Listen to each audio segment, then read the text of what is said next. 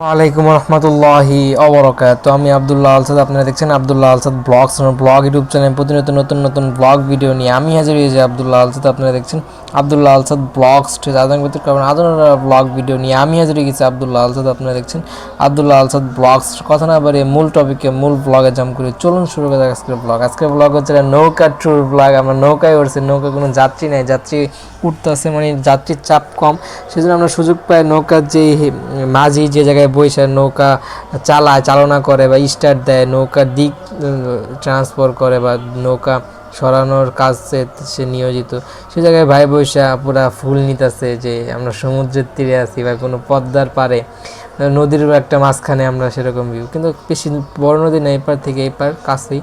আর কারেন্টের লাইন দেখতে পাচ্ছেন, ঢাকা ছোঁয়া ধরা পাইছে গ্রাম, কিন্তু ব্রিজ বা কালভার্ট জাতীয় তৈরি করার তারা অনেক আগের থেকেই চেষ্টা করতেছে, কিন্তু সরকারের কোনো ঊর্ধ্বতন কর্মকর্তারা তারা এই কাজটা কমপ্লিট করতেছে না, সেজন্য তারা ভোট দিয়ে মানুষজনকে পার করা দেয়। স্টার্ট দিয়ে দিলেও আপনারা দেখলেন কীভাবে মেন স্টেশনটা স্টার্ট দেয়, এরকম সহজেই। কিন্তু বারে বারে স্টার্ট দিতে বারে থামাইতে হয়, কিন্তু তারা বেশি অ্যামাউন্ট তারা এই জায়গার থেকে চার্জ করে না, সহজ এতটুকু ঘাট কমই নেয়, কিন্তু মানুষ প্রচুর পারাপার হয়, সেই থ্রুতে তাদের ভালো একটা আর্ন তারা করে নিতে পারে। এই জায়গা থেকে এবার আমি পুরাটাই জিনিস শ্যুট করবো চিন্তা করে, কোনো থামাথামি নেই, পুরাটাই শ্যুট। আমি হইতেছে মাঝখানে বসা, কিছু যাত্রী যখন কম হয় তখন হইতেছে মানুষজন দাঁড়াই যায়, ফিল নেয় বৈশাখ আর কি। যখন যাত্রী বেশি হয়ে দাঁড়ায়, তার এক পাশ যাতে হিলার দুইলার না যায়, স্বাভাবিক থাকে, লঞ্চের এক পাশে চাপ সৃষ্টি হয়, যাতে ওই পারে যে দিক দিয়ে মানুষ বোট চালায় সে জায়গায় বসলে চাপটা বাড়ে, তখন বোটটা ইজিলি পানি পায়, চলতে পারে। আশেপাশে বোট হচ্ছে মানে বোট যেগুলো হচ্ছে মালবাহী, ইট বালু এগুলো এক জায়গার থেকে আরেক জায়গায় যেমন ঢাকা শহরে নিয়ে আসার জন্যই অনেক কাজ করে। আর শেওলা মেলা বা ফুল গাছ দেখতেছেন, এগুলা পানিতে হয়ে থাকে, কোনো একটা চারা পাইলে সে জায়গা থেকে পোকা পাবে। যে জায়গায় আমরা বেশিক্ষণ লাগে নেই, 1 থেকে 2 মিনিট লাগে পার হইতে, যে পার হয়ে গেলাম, বেশিক্ষণ ওয়েট করে না, মানুষ হইলে নিয়ে নেয়, যখন থামে হইলে নাহলে ব্যাক করে ফেলে, এরকম হলো তারা একটা সহজভাবে জিনিসটা। এই যে মানে যদি আপনারা তাড়াতাড়ি নেমা যান, মনে করেন ধাক্কা খান, তাহলে কিন্তু পুরো যাবেন। মাছটা মরে রয়েছে, যে সেই মাছ হইতেছে এই মাছ বলে মাংসাশী, মানুষ খায়, সবই খায়, ঠিক আছে, মরে না, এটা ভাঙ ধরে রয়েছে, এরকম অনেকে বুঝাইলো। ভাই আর নামলাম, ভাই এটা পরে নামছে, আমি আগে নামলাম। আমরা ওই বাইরে ইয়াতে ওইটা অটোটা করে আমরা যেই মেট্রো এলে সেইটার কাছে যাই দাঁড়াবো।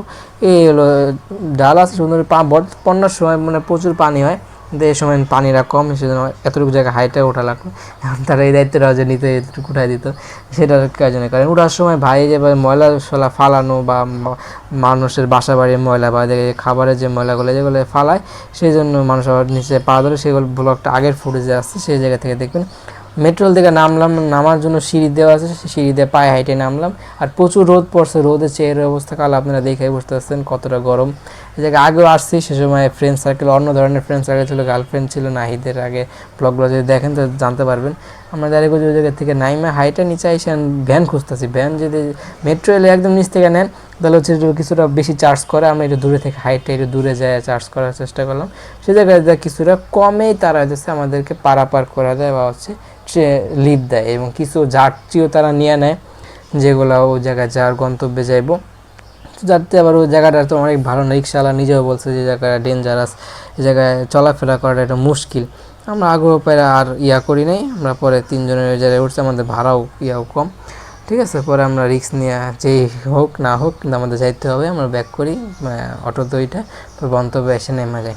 এই অবস্থা। আমরা পরবর্তী গন্তব্যে উঠা বা মেট্রো এলে উঠি, ওইটার সময় ফুট নেই নাই, কারণ প্রচুর ভিড় ছিল, মানুষের ভিড় ছিল, আর ঝামেলা হয়তো চোর মোর অবস্থা দেখে আমরা ভয় পাইছিলাম, সেজন্য ফোন টোন বাইরে করে শ্যুট মুট নেই নাই, কম নিছি অনেকটা। তো যা আসার সময় যে নিয়েছি, যাওয়ার সময় তোরা তাড়াহুড়া করে নিই না, আর তাড়াহুড়া আসলে বাসায় যাইতে রাত হওয়ার আগে কি বাসায় কিছু কাজ ফেলা রেখা হয়েছে, সেগুলো কমপ্লিট করা লাগবে। এই নিয়ে তাড়াহুড়া করে আমরা চলে আসি মেট্রো লাইসা নাইমা, একটা ট্রিট দেওয়া লাগবে, সেজন্য ভাই আলহামদুলিল্লাহ খাওয়ালো। আগের ফুটেজগুলোতে দেখছেন। আর এই ঠিকানা আমরা পরবর্তীতে আবার যাইতে হবে, এই ঠিকানা আপনারা দেখে নেন, পড়ে নিলাম। বরগফিরে ভাইয়ের মেট্রো এলে ভাইয়ের সাথে ছবি তুললাম। মেট্রো কিন্তু আসলে এসি আছে, পরিবেশটা সুন্দর এবং গুছাল এবং পরিষ্কার ক্লিন, সব মিল্লা দিনটা আলহামদুলিল্লাহ ভালোই গেছে। কিন্তু ব্যস্তময় গেলে কি অন্য ধরনের খারাপ টেনশনগুলো আসে না, কিছুটা যাচ্ছে ফ্রি মাইন্ডের বা যেই মানে বসে থাকার দিন দেওয়া লাগে, যে বসে আসে দেখে কন্টেন্টগুলো বানাতে পারতেছি, না থাকলে কিন্তু বানাইতে পারতাম না, বা রোজ এনজা লাগছে এক নাম্বার যেতে হইব, চাপ নিয়ে আপনাদের জন্য কন্টেন্টটা কন্টিনিউ করতেছি। সেজন্য ভিডিওটা লাইক তো বানতে হয়, মেরে দোস্ত লাইক করবেন। ফোনটা যিনি আল্লাহ পাক হায়াত বাড়ায় দেয় সেই জন্য দোয়া করেন। ফোনটা কিন্তু প্রচুর হিট হয়, প্রায় অনেকগুলো কন্টেন্ট বানাইছি, 4-5টা 1 ঘন্টার কন্টেন্ট আলহামদুলিল্লাহ হয়েছে। ঠিক আছে, আর 1 ঘন্টা কন্টেন্ট বানাইতে হইব, প্রচুর চাপ প্রেশার পড়ে রয়েছে, এতদিন জমা কন্টেন্ট। কিছু বাতাসে যদি ফোনটা ঠান্ডা বানায়, কিছুক্ষণ রাখা দিলে ফোনটা অটোমেটিক ঠান্ডা হয়ে যায়। এটা স্যামসাংয়ের ভালো একটা গুণ। যাই হোক, ফোনটা যতদিন হায়াত আসছে, ফোনটা একদম কপাল থেকে দুর্ভিক্ষের মতো গেছিল, আবার যে ফিরে আসছে আলহামদুলিল্লাহ। সেই জন্য বানাইতে পারতাম না। আর কিছুজনের কাছে ফোনের অর্ডার দিছি, আর চলে আসলে কিন্তু এই ফোনের চাপটা কিছুটা কমবো, ওটা একদম স্ট্রংলি ইউজ করবো। এটা হালকা পাতলা বাসায় এসে ওগুলো ট্রান্সফার করে খালি রিডিংয়ের কাজটা এই জায়গায় করবো। যাই হোক, চিন্তাভাবনা আছে, সাপোর্ট করবেন। আর কিছুদিনের মধ্যে ব্যস্ত হয়ে যেতে পারে অন্য অন্য কাজে। এখন যে পলিটেকনিক্যালে ভর্তি হয়েছে, সপ্তাহে একদিন আসলে হয়, পরীক্ষার সময় আসলে অতটা চাপ নেয়। ডিগ্রি তো সেরকম, কিন্তু এটা তো বেসরকারি, তো বেতনটা তারা এক্সট্রিম লেভেলে চার্জ করে এবং না দিলে তো আবার ঝামেলা করে। এই হলো তাদের উদ্দেশ্য। এখন উদ্দেশ্যটা কতটুকু তারা সফল হতে পারবে না। আমাদের কয়েক বছরের মধ্যে যদি আমি কন্টিনিউ না করি বা ভর্তি না হয় ডিগ্রিতে বা কোনো প্রতিষ্ঠানে, তাহলে আমার এসএসসির যেই রেজাল্টটা এটা আর অ্যাভেলেবেল থাকবো না, মানে গুরুত্বহীন হয়ে যাবে এই বছরটা, আমার কয়েক বছরটা। এখন কিছুদিনের মধ্যে ডিগ্রিতে ভর্তি হতে হইব, নইলে আমার এই জায়গায় স্থির হয়ে থাকতে হবে। হালকা হালকা টাকা খরচ তো করা লাগে, এটা কোনো ব্যাপার না। ইনশাআল্লাহ এই জায়গায় থাকলে আমার কিছু করার নাই, যদি ভর্তি হতে না পারি ডিগ্রিতে। কেউ যদি তাড়াহুড়ো না করে, নিজের টার্গেটে যদি ভর্তি না হয়, তাহলে এই জায়গায় থেকে যাবো। আর আমাদের কিছুদিনের মধ্যে বৈশাখী আসতেছে, বাংলার প্রথম দিন, বাংলা নববর্ষ। সেই দিন ইনশাল্লাহ কলেজ যাওয়া যেতে লাগতে পারে।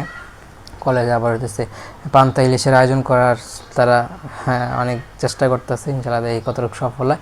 আমরা কিন্তু ইফতার পার্টিগুলো সেগুলো ব্লগগুলো ধাপে ধাপে আগেগুলো দেখবেন।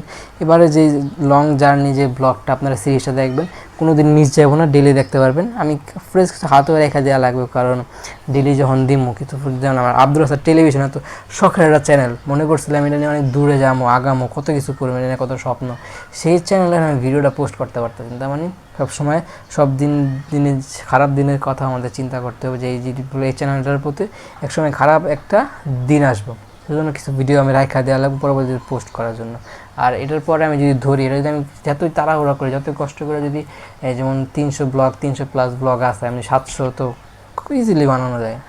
আমি একদিন কত কন্টেন্ট বানাইতে পারতেছি, ওটা যেরকম বানাতে পারি যদি হয়ে যায়, তাহলে এই বছর তো প্যাক আপ হয়ে যাবো। ওগুলো খালি শিডিউল হিসেবে রেখে দেবো, মানে মনে রাখার জন্য। পরবর্তী আস্তে আস্তে শিডিউল করবো।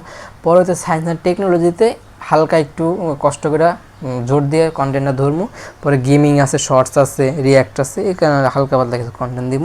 এটা তো নিয়মিত বানাইতেছে, এটার প্রতি মেন এখন মনোযোগ। পরবর্তীতে ওইগুলোর প্রতি মনোযোগ আস্তে আস্তে এক এক জায়গায় এক একটার প্রতি মনোযোগ দিয়ে একটার ভিডিও আপলোডের যেই লিমিটেশন সেটা কমাই দেবো। যাই হোক, এলো ঘোরাফেরা, এলো জিনিসপত্র, আরও ডিটেলসভাবে আমার পিছনের ব্লগগুলো দেখলে ক্লিয়ার করতে জানতে পারবেন। খাওয়া দাওয়া হইলো, বাসায় এসে অনেক আবার দিয়ে আসা লাগছে, অনেক পরিশ্রম হয়েছে, কিন্তু আলহামদুলিল্লাহ আল্লাহ শরীর স্বাস্থ্যটা ঠিক রাখছে, নিয়মিত চলাফেরা করতে পারতেছে, এটা আল্লাহর বড় একটা নিয়ামত। আর দুনিয়ার অবস্থা ভালো না, পৃথিবীর অবস্থা ভালো না, যে কোনো সময় কিয়ামত চলে আসতে পারে। এক এক জায়গায় দুর্ভিক্ষ, এক এক জায়গায় এই মারামারি, এই দাঙ্গা, এই হামলা, মানুষকে কষ্ট দেওয়া, মানুষ ইনজুর করা, মানুষের আধিপত্য বিস্তার, এই জিনিসগুলো থেকে আমাদের দূরে থাকা উচিত। সবাইকে স্বাভাবিক জীবন, শান্তিময় জীবন, যাতে সবাই সুখ পায়, শান্তি পায়, ভালোভাবে বাঁচতে পায়, সেই আশা নিয়ে ব্যক্ত করে ভিডিও শেষ পর্যন্ত চলে আসতেছি। আর পিছনে হচ্ছে মতিঝিল বা হচ্ছে কী বলে আমাদের প্রাণের গুলিস্তান, বড় বড় টাওয়ার দেখে আপনারা আন্দাজ করতেই পারতেছেন, আমি না বললে আপনারা বুঝতে পারতেছেন।